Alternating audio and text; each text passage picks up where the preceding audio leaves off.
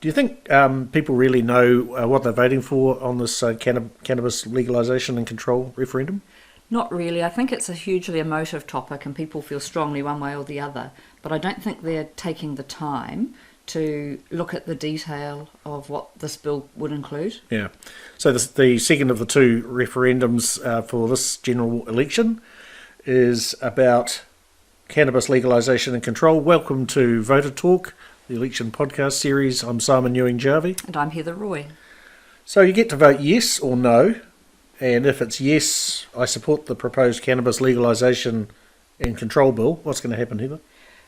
That means that if 50% of people vote yes, then the government after the election day can introduce a bill to legalise cannabis if they want to. So it's can, not must. That's right. And if 50% or more vote no, then it won't happen. It's dead in the water. Yep. So there's no guarantee if after the election, even if 50% of people vote in favour, that a government will do it. I think the Labour government probably will. A national government may decide not to. Yeah. Okay, well, I've heard a heap of misinformation, particularly in our number one focus group, which is the local pub.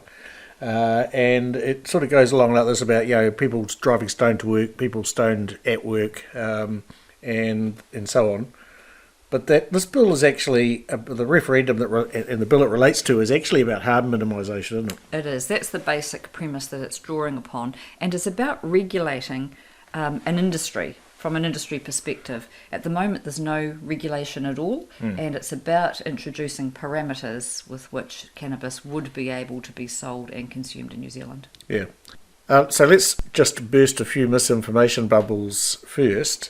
This bill does not cover medicinal cannabis, hemp products, driving while impaired, or workplace health safety issues. Those are all covered by existing laws and will continue to do so. That's right. There are all sorts of things that you hear people talking about that just aren't correct either. For example, the other day I heard somebody saying that cannabis is only going to be allowed to be smoked on licensed premises, which is not correct. Yep. Okay, so what you can do if you're 20 or over, that's an important age. And that's to do with, stages of brain development, I think, in clinical advice to that effect. You can buy dried cannabis up to 14 grams a day from licensed outlets. You can grow it if you've got a licence from the government, but you can't be a grower in an outlet. That's right.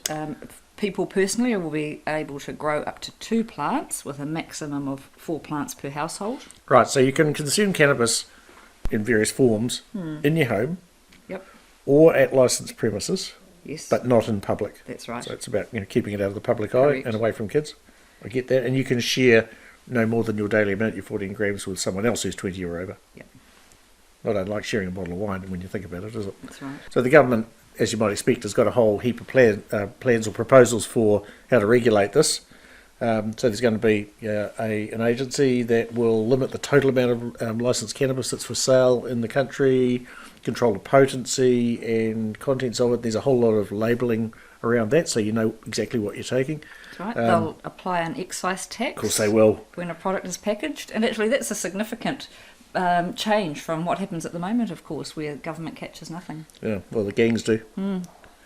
Location, trading hours and all that sort of thing, I don't think would end up being too different to the way councils deal with bottle stores now. No. Not next to a school. And I think probably those drafting the law are looking at the situation as it exists already with regulation of alcohol. Yeah, there's a lot of similarities. Very similar processes. Yep, and you won't be able to, if this becomes law, you won't be able to import cannabis, and only licensed businesses will be able to import cannabis seeds. And there's a lot more detail in it, and if you want to drill into this in any more detail, go to the referendums.govt.nz website.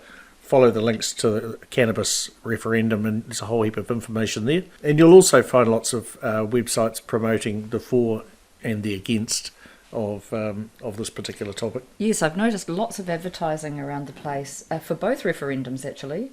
The euthanasia or end-of-life choice bill and for cannabis. Yeah. So I think that's probably enough on the referendum for now. Hopefully we've been able to clarify the main points there. Do you have a quote about cannabis? I do have a quote about cannabis. There are a few to choose from. One that I think is quite delightful from a comedian called Joe Rogan, and it goes like this. People say you can abuse marijuana. You can abuse cheeseburgers. Does that mean we should close Burger King? Right, well, that's all from us today. If you want to get in touch or send in some questions for subsequent podcasts, you can contact us through our website, torquepoint.co.nz. That's TORQUE point. And we're also on social media, Facebook, LinkedIn, Twitter, and so forth. I'm Simon Ewing-Jarvie. And I'm Heather Roy. Thanks for joining us, and we'll talk to you again soon.